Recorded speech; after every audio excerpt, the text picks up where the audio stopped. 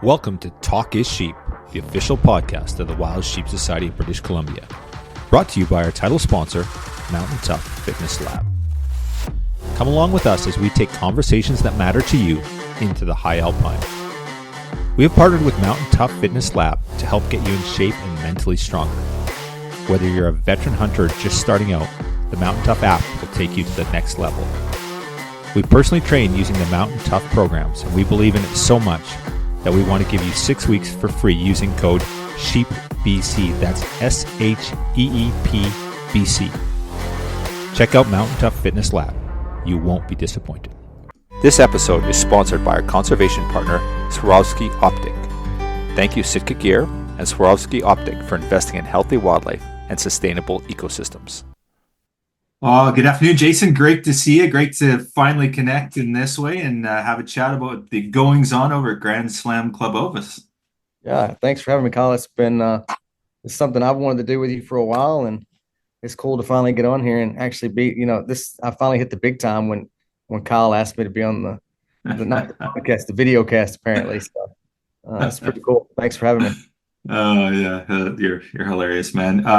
And how's your guys' podcast doing? I know it's fairly new too, but TJ's crushing it over there. So talk a little bit about the TJ's GSCO. He's doing a great job with it. We've kind of had a little lull since the convention. We've got quite a few ready to go out now finally, but he's doing good. I'm gonna have to tell him, after the first 2 minutes here with you, he's gonna have to up his game because he's definitely lacking. He doesn't do these video casts, which I think are probably better. So. Right on. Yeah, we generally don't upload the video either. Although I think we're working on that. We're not Rogan. I'll say that we're not. Quite there yet, so. That actually makes me feel better that we're not that far behind. So that's good. Awesome. Well, I will say, from a video perspective, you set the stage pretty good. You got 4 pretty amazing sheep in the background there. So, are you in your office there in Birmingham, or where are you? Yeah, I'm in our conference office here in Birmingham. So I put those up just before I got on here with you. So. I actually did hang those myself, but not just a few minutes ago. I did it a couple years ago. But no, it's cool. I mean, it's we had a museum in the other office. Dennis, the previous executive director, I mean, he had done a ton of hunting, like a 10,000 square foot museum in Adamsville, which is about 30 or 40 minutes from where we sit today. But that building, it had no air conditioner in the summer, and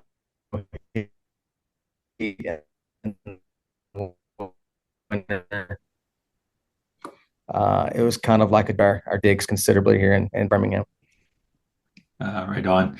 Well, I'll tell you that those are 4 pretty sweet sheep. Are they all your sheep, or what's the story there? No, I'd like to claim them, because the one thing they do have in common is each one of them are bigger than my personal sheep. So they're all bigger than anything I've taken. Just really down the hall. Snow sheep and a wolf out in the foyer, and then we have the Grand Slam display that we carry around to the conventions. So that's pretty much the last remaining pieces that we have, and they'll be just from random members and stuff like that. So. Yeah, right on. Okay, well, let's kind of kick things off here. Just before we kind of went live, we were talking a little about. You're looking at that. Shoot, my video is really lagging. Is mine lagging for you too, Jason? Now, you sound good on my side. It does seem like it's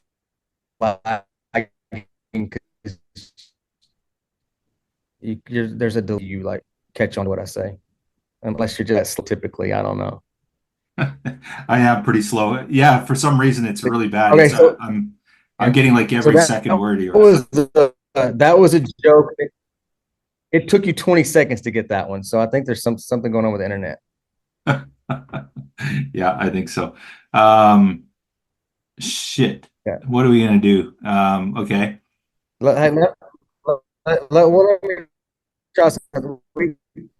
We have multiple, so if it's on my, just hop on it right quick and see if that helps. Okay, sounds good. Let's are you gonna try on Zoom? Are you gonna try on that other link? No. Did that help? Oh, no, it's still lagging. And yeah, Okay. Okay, I'm gonna hold up me, a finger and say one. One. yeah, it's pretty good. So it's back on. Yeah, seems all right. Okay. Yeah. I switched the internet. So Okay. Let's see how that goes. And then if we have to, we can turn the video off and that will help the okay. bandwidth. It won't be quite as Okay. high Yeah. as Hopefully you've got a good editor. yeah. Right. Especially the part where you call me slow. We got to make sure that's in there for sure. Yeah, for sure. Uh, awesome. Okay, cool. So Jason, let's talk a little bit about you talked about your role. You're the executive director of Grand Slam Club Ovis, and I know that's a fairly new role for you. Maybe let's talk a little bit about your, I guess, your personal experience on how you got involved with GSCO and sort of how you now you're running the ship. So how did Yeah. little Jason when he first was interested in maybe going hunting, and now you're the head honcho. Let's talk a little bit about Yeah, that I think experience. the mystery of it actually makes me sound more important than I really am. So I don't know that I really need to let the cat out of the bag, and then people go, "Oh, he's just he's just like everybody else," which I absolutely am. I'm no different than anyone else. I love hunting. I did it at a very young age. I had an uncle that took me on hunts. I don't really have any immediate family members that are hunters, so he was my only avenue to go, and it was not anything like what we get to do today with the sheep and the mountain hunting of the world. So it definitely wasn't like that. I mean, I progressed like everyone else from whitetails in Texas, now to the argalis in Mongolia. So it's been that part of it's been pretty exciting. I can remember with friends, I mean, 10 years ago, writing this wish list down of hunts that I would like to go on, and it was almost comical. It was like, this never going to happen. I'm never going to be able to do hunts like this. And 10 years down the road, I did all of them and then some. So that's pretty cool. So, but really from, the business world, I've always been in business for myself. And I'm the entrepreneurial type that I've thrown enough darts at the dartboard that, every now and then one of them hits close to the bullseye. I've had a lot of businesses that haven't hit anywhere close to the bullseye. And, those ones that did well had to take care of the ones that weren't doing so well. And then really the hunting progression really was pretty rapid, and there wasn't a plan to it. There was no method to the madness. It was just, I was passionate about doing something, so I started the experience where we were filming these hunts around the world. And it was at a time where the transition was going from television to digital, so I hit that market just right. But unintentionally or maybe subconsciously, like, I built the experience pretty much solely based off the GSCO platform. I mean, those milestones are what, that I was in pursuit of. Um, as a whitetail hunter and progressing to elk hunting in New Mexico, and, you realize what else is out there. And, Grand Slam was kind of that educational tool for me as a hunter, different hunting opportunities around the world. And it just, after you go on your first sheep hunt, it kind of bites you, and you can't get away from it from that point. You start making sacrifices you never thought you would, so you could, go on your next sheep hunt. It's probably similar to a drug addict. Thankfully, I never got hooked on drugs, but I guess I got hooked on sheep and mountain hunting, which financially probably is equally as bad. Um, so Grand Slam Club Ovis, and Wild Sheep Foundation, those were all guys that were supporting the experience. So, just from a networking standpoint, I got to know Gray. I got to know the board members of GSCO, and like everything that we do, I mean, we all have these like-minded passions, and we're similar people. So, you get us all in a room, and we realize, just how similar we are and just how much we have in common. And I think that took off at Grand Slam with the board, and some of the things that I'd done with the experience. They really thought that, I could bring those in from a different perspective for their organization at the time. And, obviously I was a life member at that time, but, that was kind of the extent of it. I wasn't a big volunteer guy, and I just didn't do that stuff. Um, I have 4 kids at home, and, the only excess time I had was, I spent hunting or, chasing them around in their sporting activities. So the board had asked me, the GSCO board had asked me to come on just as a board member. And then, it progressed pretty rapidly from there. Now I have the pleasure of serving as GSCO's executive director, and it's been overwhelming at times, and more than I expected, but man, it's been so rewarding. so enjoyable. It's so cool getting to know these guys that are part of our organization, and more importantly, calling them friends. It's been really cool. That's awesome, man. It's interesting with GSCO. It's got it's an old club, an old organization, like 70 years old. And it's interesting. It's kind of had like pretty limited leadership. It's been like two, three guys and then you, right? Like it's Well, yeah, don't get me wrong. it's still limited. Um, I mean, if you're counting me as breaking the mold, it's still limited. No, but yeah, you're right. It's I've said it for a long time. I think it's the greatest hunting conservation organization no one's ever heard of. right. Yeah. Yeah. Well, so I find it fascinating. Like, so we had in BC here, we had quite a really strong relationship with Dennis. Dennis came up to our show year after year, and we really enjoyed having him. I didn't know Dennis personally. He was he kind of was out of the game before I got involved, and but our directors and our members, they speak so fondly of the organization and Dennis and just the support we've got from GSCO over the years. But I just find it interesting that Bob's started the GSCO Grand Slam, I guess it was 70 plus years ago, and right, and then so just short of 70, and then kind of transitioned to Dennis, and then you've kind of been the third executive director effectively, and that's a very that shows strong leadership for a long time of just a very sometimes there's that revolving door, every couple of years things flip over. To have that leadership for that long is phenomenal. And I would be remiss not to talk about Mark Hampton. Mark took over the reins really after Dennis passed away, and you said it. Dennis had this personality that was very, people liked him. They gravitated towards him. He was, very credible in the industry, a wealth of knowledge, a smart guy. I mean, he's a genius of what he created with these milestones. But when he passed away, you can just imagine the void that left in the organization. And Mark kind of assumed that role in the interim. It's not something that I think he personally expected to be as long as it was. But I can't think of a better group of guys, Mark and the board that was there now, which most of which is still intact today, that what they did from the Dennis era to giving me the platform to take it to the next level. Those guys did a phenomenal job taking over from a time when somebody that's so instrumental and such a big part of the organization passed away and was no longer there. So that was huge for our organization, and I couldn't have accomplished what we have in the last 2.5 years without them laying that groundwork for me. So I just want to make sure that I mentioned that Mark and those guys were very instrumental in that. Yeah, very cool. Let's talk a little bit about let's talk, I guess, about evolution, and interesting. Can you maybe fill our listeners in, and me actually? I'd like to learn a little bit more about the merging of Grand Slam and Ovis. Like, how did that kind of come about, and sort of what's involved with that aspect? I think what happened, and I'm a little bit like you in the sense with Dennis. Like, I talked to Dennis on the telephone, but Dennis, I was really in the game when Dennis was already out of the game. So the historical part from them translate, and I think that was 1992. And listeners that are more educated than Grand Slam are probably going to be like grappling at me because the executive director doesn't know the exact date and month. But I want to say it was 1992 that they either merged them or that's where Ovis started. And I don't remember how it worked, but Ovis was a private business of Dennis's.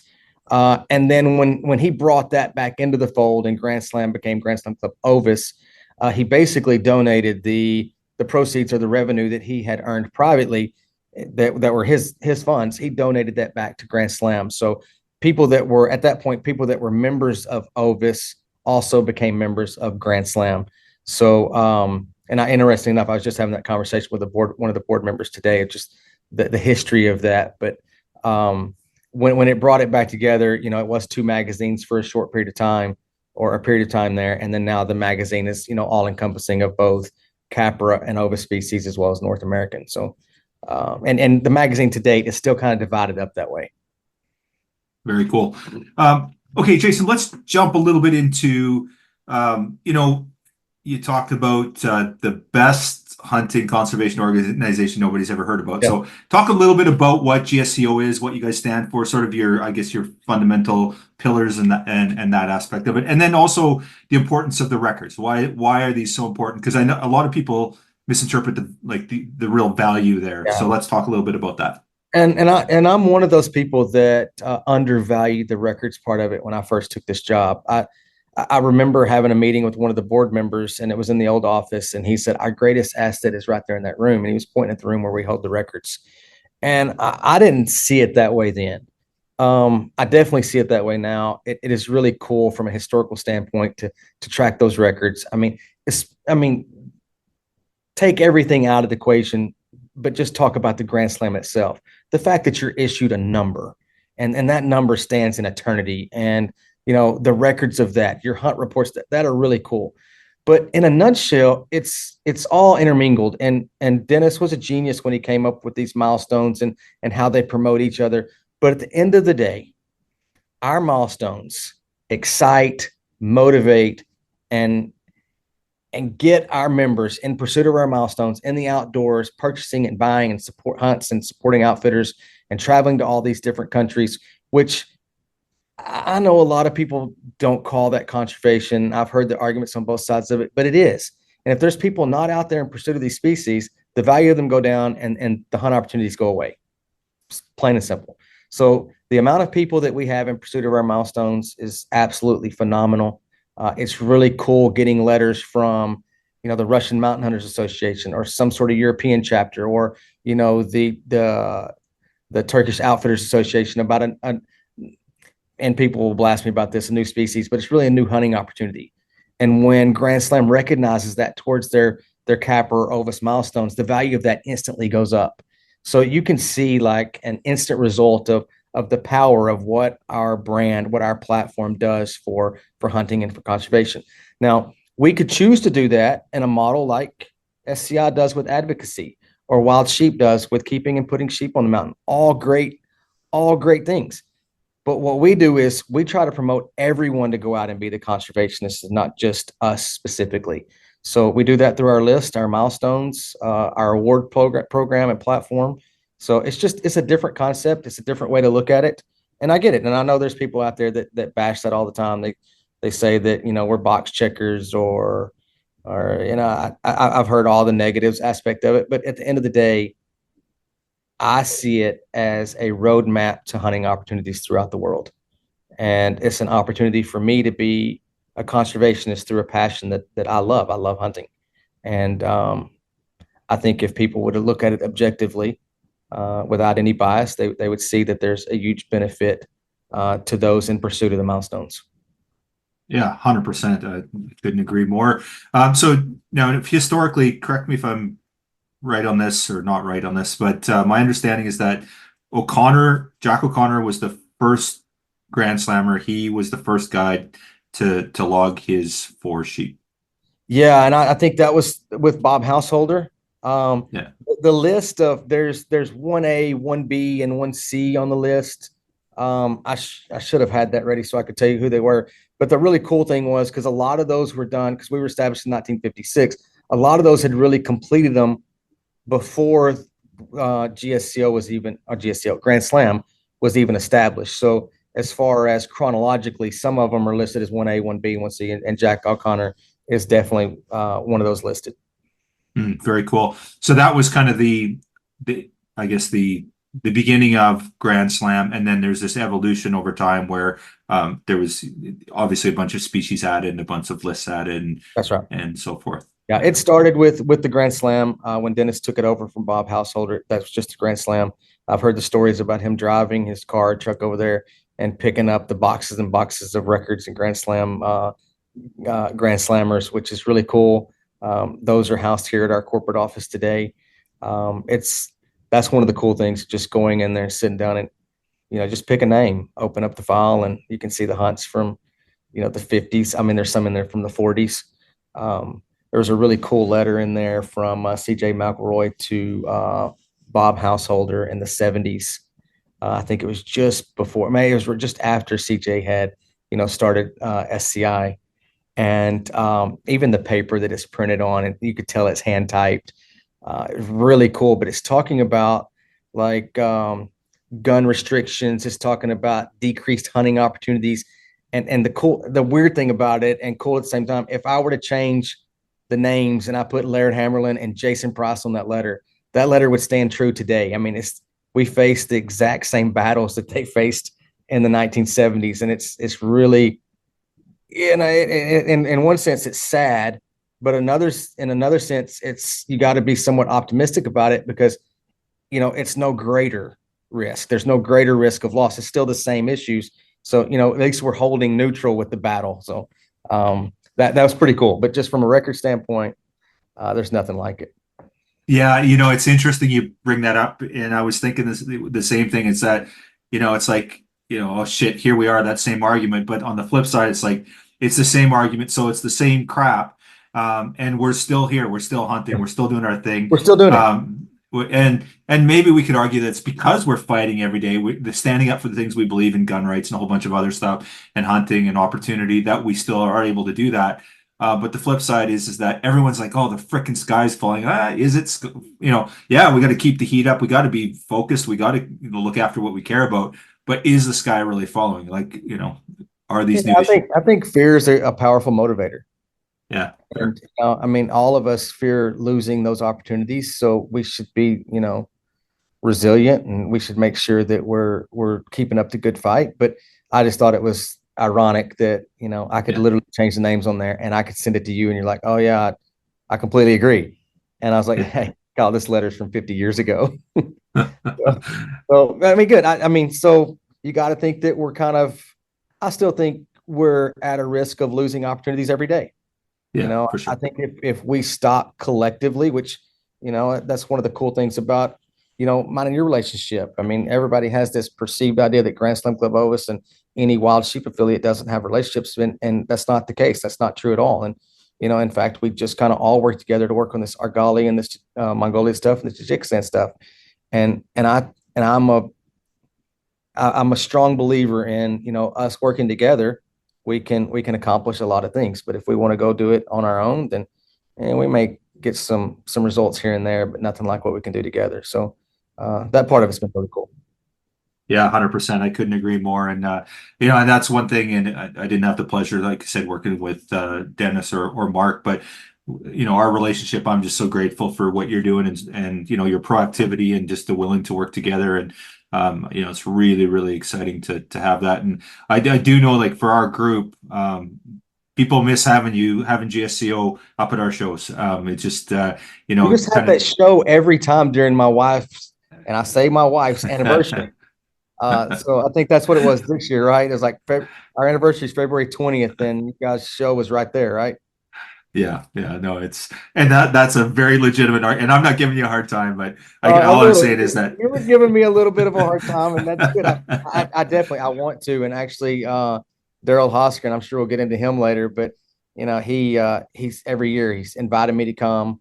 I think Daryl did a presentation on our milestones last year, which I would have paid money to be a part of, just to hear, how Daryl comes. Somebody to ask him a question, I could just hear him say, "Oh shit, I don't know." Yeah, it was. It's funny. Daryl, he takes his job very seriously, and if you ask him to do something, he's always going to do the very best he can, as you know.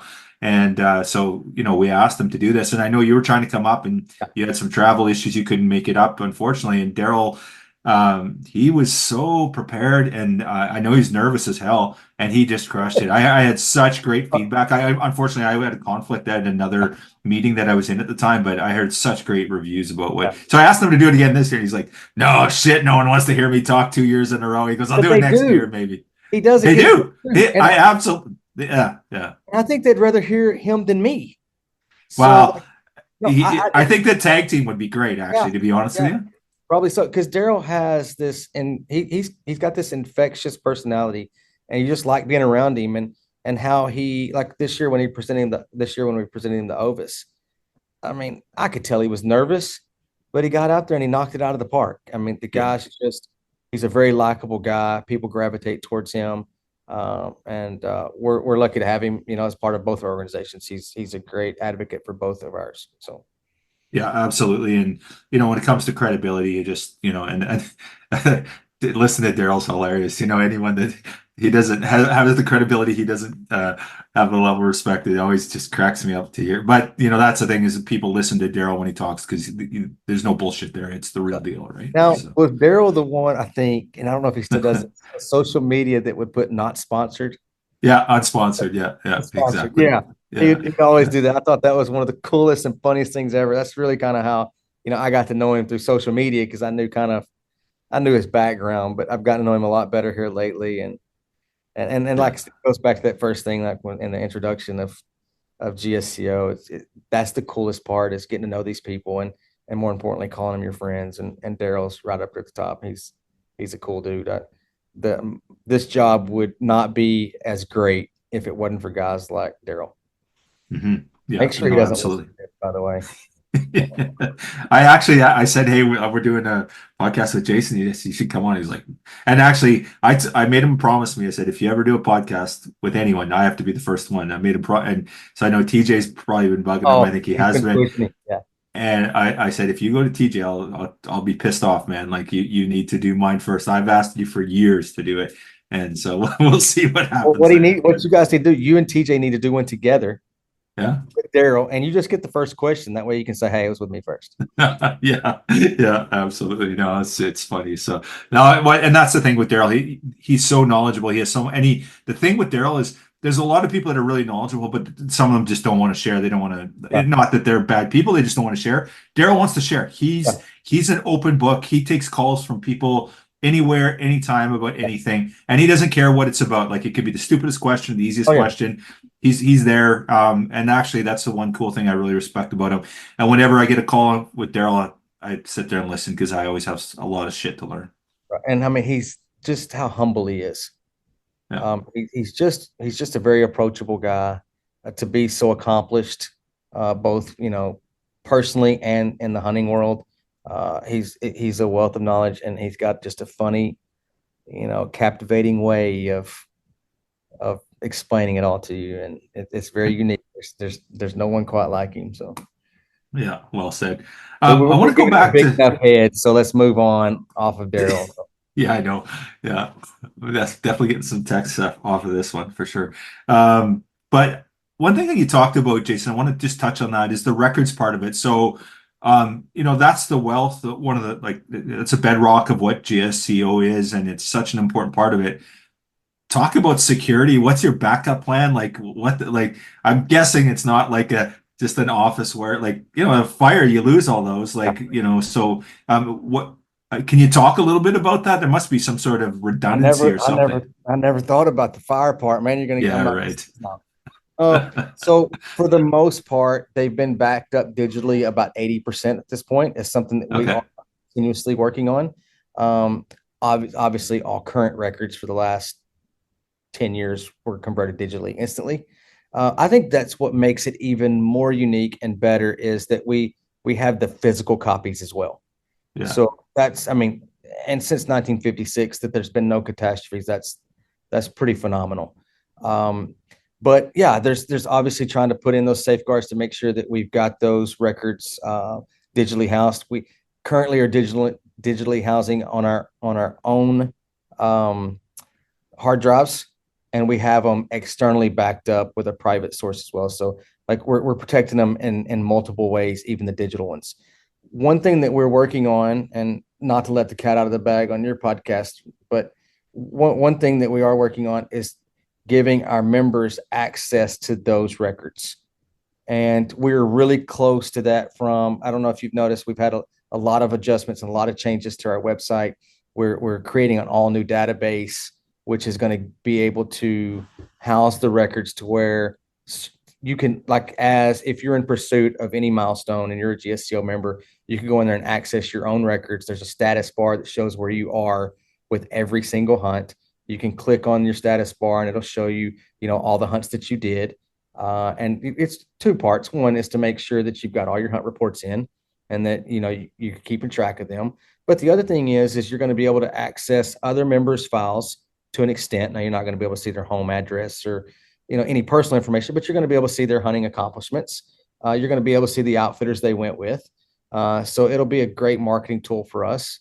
Obviously, importing all that data is going to give us a lot of information of, what our members are in pursuit of, what's remaining for those guys, which you can imagine the marketing opportunities that we would have, knowing, kind of projecting where people are going to be going and, what hunt or what species is going to be important to them going forward. I can remember, it seems like 10 years ago, the big thing was like there was just this big elk and mule deer push. And, it seems like the last 5 years, there's been a big sheep push. So I think, that's going to give us a lot of opportunities to be able to identify with outfitters and market our brand a little bit more specifically.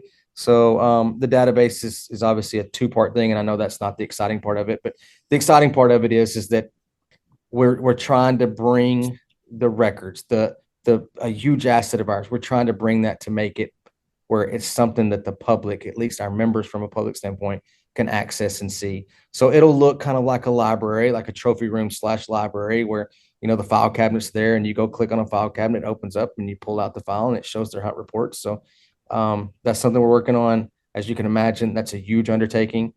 And we've been working on that now for about a year.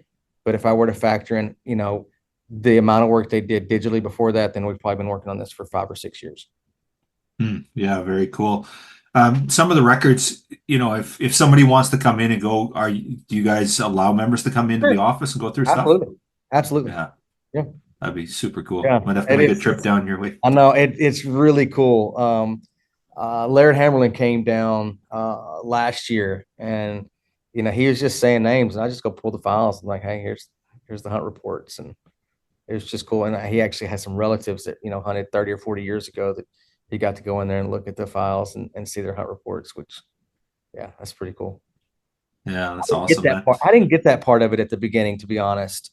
Because you're kind of in your own little bubble and no matter what you do. And, my thing was, I probably valued the pursuit of the milestones the most because that's the stage I was in. But from a historical perspective, like, Brendan Burns will send me a text every now and then. Hey, look at this guy. And, it's some guy that just passed away. And, Brendan's real astute when it comes to any sheep hunter, but he's like, hey, can you kind of tell me what he did? Like, how many Grand Slams did he have? Did he have a Grand Slam?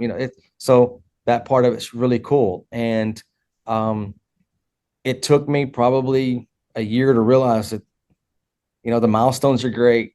The celebration of the hunters' accomplishments are great. But at the end of the day, man, it's the records. It's the history of it. And that's really cool. Well, certainly the legacy, right? You think about somebody that, 100 years from now wants to go look at what their great grandfather did. What a legacy that you've created for them, right? Yeah, incredible. Yeah, super cool. So let's talk a little bit about some of the new stuff and sort of the new direction that you brought to the organization. So obviously, you coming on was a pretty significant departure from where the organization's been going. There's been some really, really cool things that have happened over the last few years. And, obviously the clear obvious one is the sort of the relationship with SCI and the move to Nashville. So obviously that's been hugely successful, but I know there's a ton of stuff, GSCO Canada. Let's talk about sort of from your perspective, some of the new things you brought, some of the things that are really important to you and some of the things that you're trying to do there as an I don't want to get any industry secrets out or anything like that, but the best you can do to share with us about sort of the direction you want to take things and sort of the way you see things with GSCO. Yeah, it's, there's been a lot of talk about the direction GSCO is going. And I can remember, as a member, just going to the conventions and it was cool. Like I felt like, there was times I probably felt like a better hunter because I was in the same room with, guys like Daryl and, Brian Houck, Jeff Demosky. I mean, there's Kevin Klumper. There's a lot of these guys that are super, super accomplished. Gary Bogner, Jim Shockey, Jay Allen Smith. I mean, I felt like, by going to those conventions, like I was a part of their crowd, their accomplishments. So that part of it was cool to me. And kind of jumping around a little bit, I think the direction of our organization was, I mean, if I'm going to be completely like honest and forthcoming here, the trajectory of it was probably not looking so great. We had a smaller convention model. The awards platform is, I personally think that it's the best awards platform there is in the industry. We'd been in Las Vegas for a long time. I think it was just getting a little stale. But I also think there was a lot of changes that were out of our control. I mean, COVID hitting, that changed a lot of stuff. And I think there's still some residual of COVID of just like people's travel habits, what they choose to do, where they choose to go. So the SCI partnership is obviously one of the big ones. And I mean, it wasn't that hard or that big of a decision. And, I could pull my shoulder out of socket trying to pat myself on the back about some of the stuff. But at the end of the day, like, I didn't reinvent the wheel. Like we just started doing things that we all as attendees, we all as conservation supporters wish that somebody would do.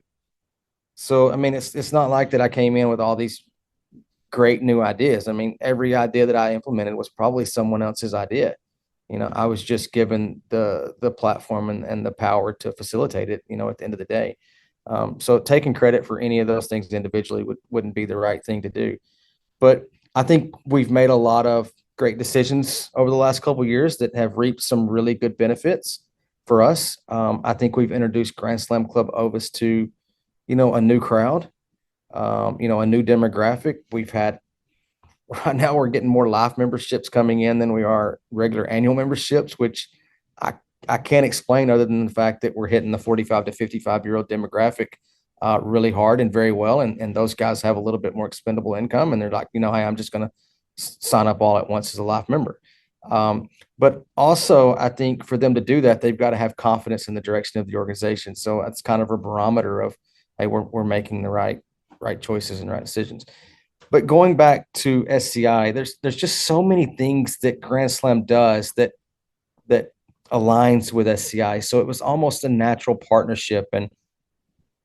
And we knew even before the SCI thing, we knew that something had to change. Like, I'm from Texas, and obviously, I had a strong opinion about moving the convention model to Dallas. And, we were going to move it there on the hills of Dallas Safari Club. And there were some, there were some issues that popped up that probably could have been avoided. But anyway, they forced our hand a little bit of looking at other options at the same time. And I mean, looking back on it now, Dallas moving to Atlanta, they would probably be perceived as geniuses for, not following them.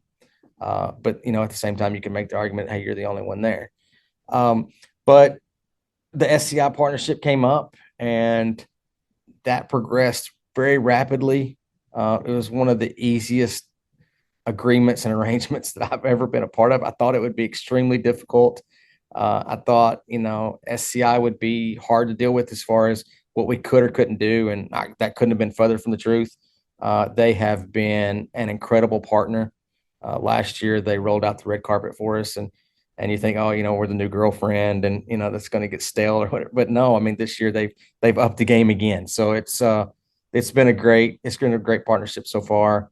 We're really excited about some of the changes that they're going to be implemented. And I think it's going to be even better for years to come. Very cool. So last year, 2024, that was your first year, right? That was our first year in Nashville. We have a 5-year agreement with them with a 5-year option. And then obviously, everyone's heard the news now that there was going to be some bouncing around from Indianapolis to New Orleans. And, so now we all know that that's going to be in Nashville for the next 10 years. And I think that's important for SCI. And obviously it's a home run for GSCO, but you take the Dallas Safari Club thing, and Dallas has had like a tremendous amount of success. And I'm not going to say all their success was geographical, but they hit a home run with the geography of where the organization was. And I think that's because, they had a home. And I think SCI bouncing around Vegas and then, Reno and Vegas and then back and forth. And then that they never had a home. And 2023, I think SCI found their home. And this was obviously in the works, and there were some conversations going on pre-2023 convention in SCI. And I just went there, and the excitement level And I mean, I've been doing this convention scene for a long time. Like, it's not hard to identify or spot, a good convention. And they knocked it out of the park. I mean, it was really, really well done. And I was concerned about it jumping around. And I think after that first year, they were like, "Hey, this was so great. We better make changes." And I'm not privy to the internal workings of SCI, but my guess is they started immediately working on trying to stay in Nashville as long as they possibly could. And I think the city of Nashville has really accommodated them well. And them making the announcement this year that's was obviously music to Grand Slam Club Ovis and our membership's ears, because I mean our members loved going there. And really, when you think about it from a logistical standpoint, whether you're an attendee, whether you're an outfitter, well, it's pretty cool that you get to go to SCI and see really the largest outfitter convention model. And then you could stay one extra day and see the best hunting awards, on the planet. So it made it a lot more convenient for outfitters. It definitely made it an added bonus for our existing members, but more importantly, it gave us an opportunity to put our brand, our platform in front of a lot bigger audience that we've never been able to do. Do you feel like there's been some growth out of that arrangement, that there's been people that were at SCI and that they come to the show because they were already at SCI and then also ended up being members / life members? Yeah, I do. And the numbers of this year's convention definitely indicate that. We sold out of every event that we had. And there was more seating in these events than we had in the previous years. We had, I want to say it's 2018 or 19. It was probably one of the best GSCO conventions ever. And ironically enough, it was right on the heels of SCI when SCI was there in the convention center in Vegas, and literally outfitters were just rolling their convention booths across the little alleyway into the West Gate. So I knew, I kind of had an historical marker of, hey, this could potentially be really successful because there's a lot of familiarity between the two organizations. But as far as new members, yeah, I mean, for a convention model, we broke every record there was that we've ever had for new membership, life membership, Super Sum Drawing membership. And the reason is, when people came to Vegas to the awards, they brought their family and, they got their award. There was no opportunity for us to have new membership like everyone else had. Dallas Safari Club gets 10,000 new people to walk through the door that just live within 2 hours there. We never had that geographical opportunity. Partner with SCI, Nashville being, I think that study showed that 80% of the country was within driving distance of that convention, that's phenomenal. I can't even make that math work in my head, but apparently there's a lot of people that live within driving distance of Nashville. But just having that draw, having the extra draw of SCI already being there, I mean, it was a great move for us. And I know there's people in the industry that wished we'd have partnered with other organizations, and I'm not saying those wouldn't have been just as fruitful, but this one's been really good for us, and there is a long-term upside to it that we just didn't have the other way. The one thing that we're careful of is, and I think you even described it that way, the merger. One of the questions that I got kind of early on was, did SCI, buy GSCO? I honestly don't even know how that would work. I mean, you got two 501c3s, who buys who and where does the money go? And, do I personally get that money? I mean, I don't even know how that would work. So, I mean, that's kind of a little bit of a far-fetched thing. But it is super important to us to maintain our identity, our independence. And the cool thing about it is, it was equally as important to SCI. So we're not going anywhere. They're not buying us out. We've just upped our game and our partnership. And that game's actually more than the convention floor. Washington advocacy is a big thing right now. I mean, SCI does an incredible job of fighting for our rights for hunting. I don't think they do a great job of marketing what it is that they do, because I think they do a lot more than people give them credit for, as far as, what they do in Washington. Dallas Safari Club coming on now with their advocacy program, the more the better. But for a Grand Slam, it would have been more difficult for me to go out and ask my members for, an extra $500,000 or $1 million a year for us to create a Washington advocacy team. So part of the agreement that we have, or the partnership we have with SCI, is now we also have a seat at that table where their Washington advocacy team is already in place. So we're actually going to make a sizable donation to them here in the next couple of weeks to their Washington advocacy team, just to kind of further cement that partnership. And we plan to do that every year of the agreement, where that's part of our contribution. It's our part of fighting for what our members are passionate about, and that's the Argalis in Mongolia. It's Tajikistan Marco Polos. It's hunting opportunities here in the States. So that's probably the coolest part of it that we really haven't got to talk about too much yet, is how that they're going to strengthen our organization by giving us an opportunity to be a part of the solution. Yeah, I think these strategic partnerships and working together is absolutely critical moving forward. And like we can't be good at everything, right? So if we can rely on each other as strategic partners and be pushing behind and supporting financially and having member support and having a really strong voice, that's the important part, right? And because we just can't be good at everything. That's impossible. No, and that's it. I mean, I said 2 years ago, let's focus on the things we're good at, and let's try to create partnerships with people that are better at things than we are. And I mean, it's obvious that SCI is better at their Washington advocacy than what we are. I mean, ours was non-existent, other than me making phone calls and begging somebody for some information so I could pass along to the members. So, and really, in a nutshell, that's where this whole project started, where we all work together to tackle specific issues with U.S. Fish and Wildlife. And the first meeting we had at SCI, Gray was there, Dallas Safari Club was there, a lot of the outfitters were there. So it was the step in the right direction of us working together. And as of today, I think we've got 7 or 8 Argali permits that have already come in, been signed by U.S. Fish and Wildlife. I know Wild Sheep is working on some translations for Tajikistan. I think it's the game management plans or the act reports that come in like in all different languages. They're working on that. I think they're also working on doing the enhancement reports and translating those with the Mongolia. And I applaud Wild Sheep for really going the extra mile to try to accomplish these things. But I mean, this all started with us working together, and I think the only way we are successful is if we continue to do it together. Yeah, well said. Awesome. Love it. So on that note, let's talk a little bit about what's happening north of the border here. So you got a ribbon cutting event in June. So talk about GSCO Canada and sort of, it was interesting. Daryl reached out to me and he goes, "Yeah, we're starting GSCO Canada." I'm like, "What?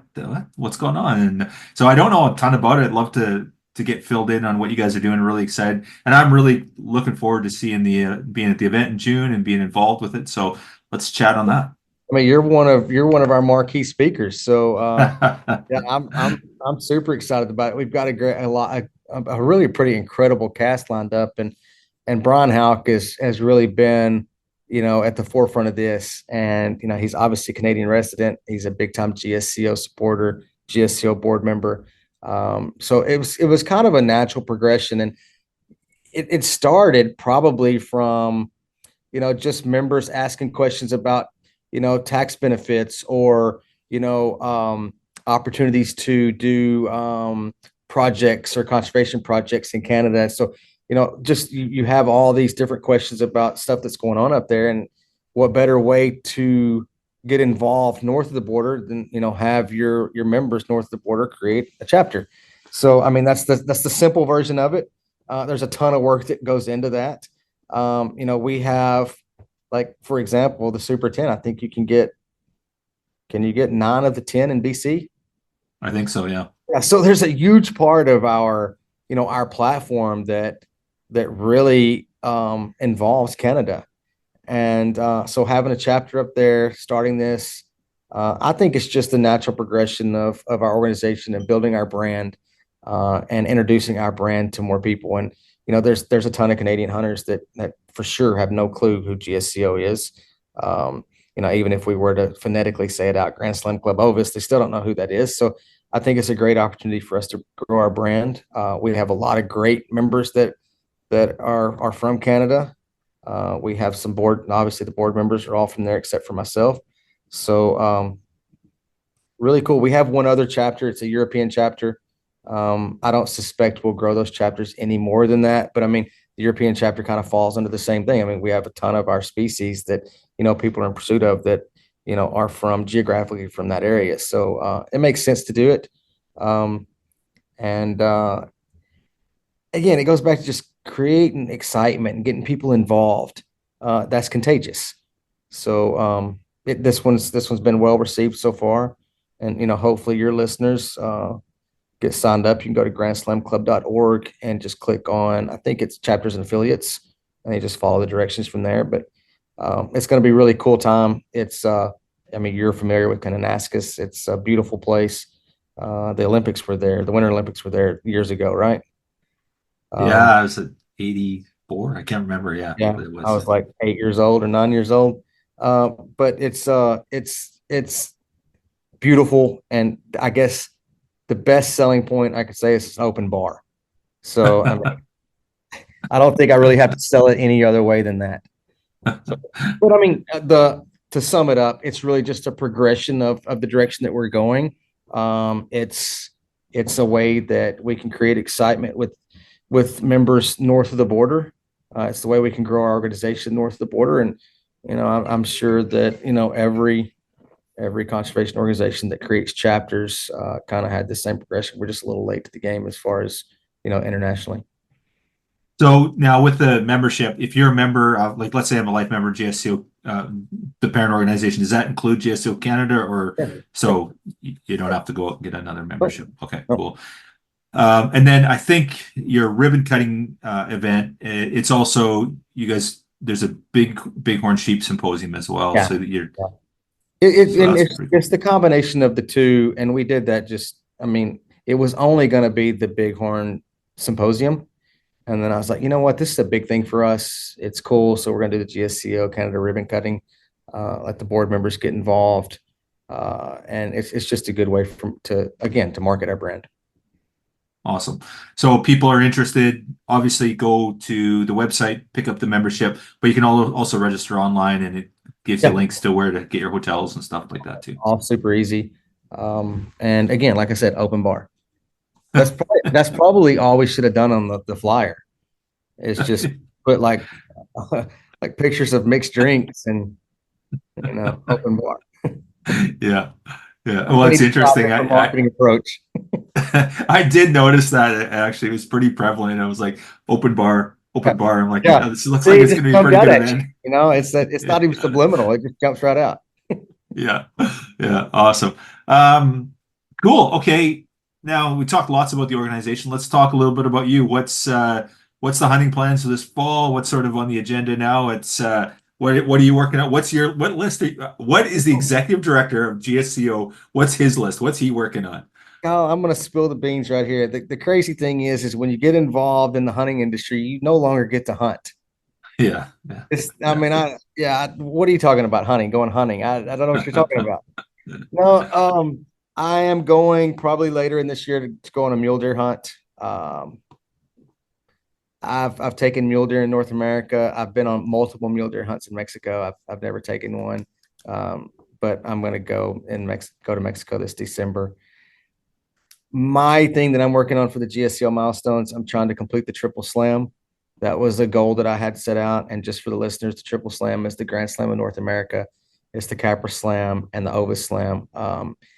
And I'm 2 sheep short of completing that. It's been a long process. I was knocking them out there pretty quick there for a while, and then when you send multiple kids to college, things change drastically, and they just happen to pick the most expensive colleges in the world.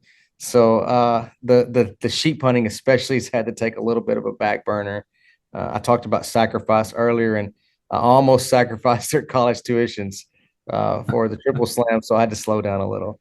But but no, I have two sheep left. Because I did it with the experience, most of that, well, all of that I did on film. So, I don't really, I sold the experience. I don't have anything to do with it anymore, but I'm tempted to film the last two sheep hunts just so I could say I did them all on film. Although I don't know that you get any like brownie points for that, but just for me personally, it's cool that my son could look back and watch those hunts, or his son could at some point. So you talked about the legacy of it. That part of it would be pretty cool. But I'm sure after that, that was for a long time, man. That was an unattainable milestone for me. It was just so. It's like the Grand Slam. Like, it took me 3 trips to do the Bighorn, and the third time you can't really express the emotions because obviously on the 2 other trips, like I ran out of days and I didn't think I'd ever have the opportunity to do it again. So you set those goals, and my granddad told me a long time ago, if you set your goals low enough, you'll always achieve them. So, I always made sure I set these goals that were like almost unattainable, or, you think they are unattainable. So when you accomplish one of those, it's like there's a moment there that you're like, I can't believe I did that. Now I got to reassess, what's my next goal. So I'm sure that after I complete the Triple Slam, if I'm lucky enough to do it, then I'm sure there'll be another one. I can't imagine what that would be right now. But who knows? Awesome. There's a lot of them out there. I guess the thing that would jump out would be the Capra 20 and the Capra 30. I think what's cool about the Capras is you get the same hunting experience that you do out of the sheep. Now, they don't have really the sex appeal that sheep hunting has, but I mean, the Capras are still like super cool. They're probably more of a difficult hunt internationally than the sheep internationally. And they're definitely more affordable. So, those guys are 25 to 45. I mean, that's the direction that you should be going right now. Just go after those Capras because, I mean, it's for the amount of money that you spend on it, it's an unbelievable experience. Wow, very cool. So this goal of yours, what you got to give me a number. Are you thinking 2 years, 5 years, 6 months? What do you got? You haven't crossed that bridge when you get to do everything the hard way. So like I wanted my Triple Slam to be like difficult animals, not, I mean, and it's not saying that easy hunts can't be hard, but like Spain is easy. So instead of going to Spain and just knocking out all of them, I just went and did the Bassetti and the Gritos because those are the ones that, I thought were cool. Now, they weren't hard hunts. And somebody will ask, well, what do you think a hard hunt is? Well, it's pretty simple. If you have a bed to go back to with a mattress, and I don't mean an air mattress, that's the difference. Yeah. That's the threshold between hard and easy. So like if you're staying in a lodge or you're staying in a hotel or, even a cabin with a bed and like, I mean, we'll throw in a kitchen or something, those, because you get the rest, those are easy, but it's hard on your body hiking all day, sleeping on the ground at night and doing that for 14 or 18 days straight. So, that's a more difficult hunt. So I wanted, like, my game plan was to do the hard hunts, the Kyrgyzstans, the Kazakhstans, the Tajikistans, the Azerbaijans. So I would love to finish up my Triple Slam with the Nepal or even the Pakistan blue sheep. I think it's probably one of the most difficult mountain hunts in the world. I mean, there's hunts in the world that could be more difficult than that. I mean, you could have an elk hunt that just goes bad that you walk 100 miles. But for the most part, the Nepal and the Pakistan blue sheep, I mean, it can be brutal. Yeah. So if I could finish up with one of those two, it would be cool. But it's hard to fight the urge not to just go do like a Spanish mouflon or, the French mainland Corsica mouflon, which, they're easy hunts. They're a lot less expensive. So, it's hard to fight that urge just to go get it done. Yeah. So we'll see. Fair enough. Yeah. Awesome, and everybody can make fun of me when, they see that I finished it up with a mouflon from Spain. They can make fun of me, especially the ones that listen to this. So. Yeah, it's on record now. That's awesome. Very cool. So what's on the horizon? So new stuff. You talked a little bit about you guys are working on your new database. got GSCO Canada. Anything else that you can share with us that's not under wraps yet? Yeah, we've done so much over the last 2 years. I think one mistake we could make is moving too fast. It's great to have new ideas. It's great to implement new ideas, but at some point you got to sit back and harvest the results of those. So, I would love to come on here and tell you like all this new things that we're doing. It's not, we're improving what we've already kind of implemented. You won't see a whole lot of new things come out from us, for the next couple of years. Now, obviously, if, we're going to be good at adapting to whatever the market presents for us, but we're really just going to start working on perfecting the things that we've already implemented. I mean, I use a sheep hunting analogy. You got this idea of where the sheep are, and, you get all your stuff together and you haul ass to that spot. Well, how many sheep did you pass along the way? Because you just didn't take time to look around. So I think we're at that stage now to where we're just going to take time and we're going to look around and see what the opportunities that present themselves based off of decisions that we've already made and procedures that we've already implemented. And I know that doesn't sound cool. And, I'm not sitting here and telling the listeners that, oh, Grand Slam's got all this great stuff coming out, because we really do. I mean, it's going to continue to get better, but, we're gonna take a breath here and really try to perfect the things that we already do. Yeah, well, I can't say enough about what's gone on in the last, handful of years here with what you guys have done, and you've secured your show. It's amazing. GSCO Canada, that's a huge thing, obviously, and lots of really cool things that are happening. So really, really exciting to watch, and it's cool to see the changes coming out of you guys, and new lists all the time. There's always like new milestones for people, and so lots of really, really cool things happen. It's really, really awesome. Yeah, that part of it. We just introduced the coastal ibex that we're now accepting towards the capra species. We've done the Bucheron and the premier ibex, the Tajikistan, that we've added to hunting opportunities on our milestones. That's been kind of this flurry of new hunting opportunities. You won't see much, if any, of that going forward for a number of years. There's a lot to some of those projects of getting them added to our list for our milestones.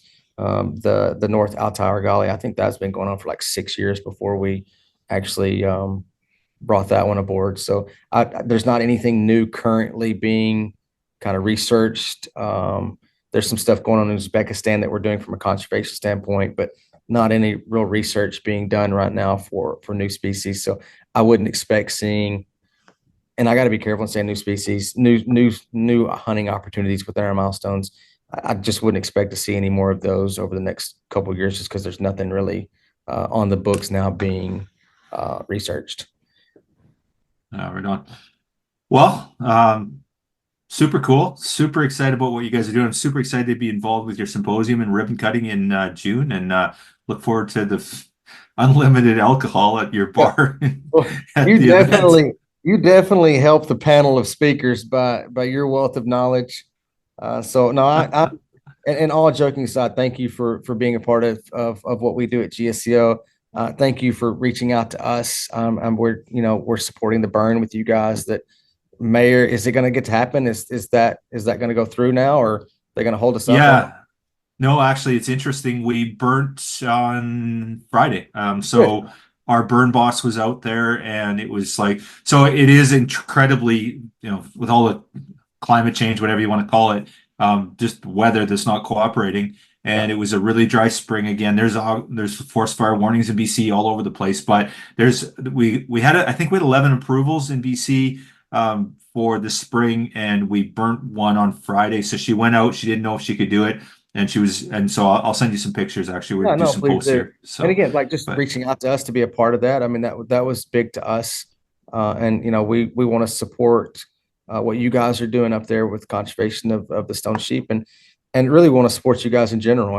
And I know we made a joke about it before, and I hate that I haven't gotten to come up since I've been director, but it's definitely a priority to us, and we want to be more involved even than we are today with you guys, and you are doing phenomenal work up there. We have a mutual friend, Jan Damaski, that just goes on and on about how great you are. And if it was anybody else saying it, I wouldn't believe it, but it's her. So I guess I have to believe it. But no, thanks for just letting us be a part of it. Thanks for asking me to be a part of this podcast. It means a lot, and I think it proves to the people out there that want there to be conflict. I think it proves to people that that's BS. That we're all working together. We're all hunters. And we all love the outdoors, and we want to make sure that it's around for future generations. So it's big for me to be asked to be on your podcast, and I appreciate it. Yeah, well, it's an honor to have you on, and we're super grateful and super stoked that we're doing good things for wild sheep and stone sheep in northern BC, and you guys are a big part of that. So thank you. So awesome. I hope I didn't bore your listeners too much. No. But we'll do this again for sure. Yeah. When I'm a little bit more polished, I'm still 2.5 years into this. I'm still learning things every day. Dude, you're polished. You got 4 sheep above your head. I know. I was scared you were going to ask me some questions I didn't know the answer to, and I was going to have to say, I can't hear what. No, awesome, man. Well, thanks a lot, man. I appreciate it. Appreciate it, Jason. Thank you.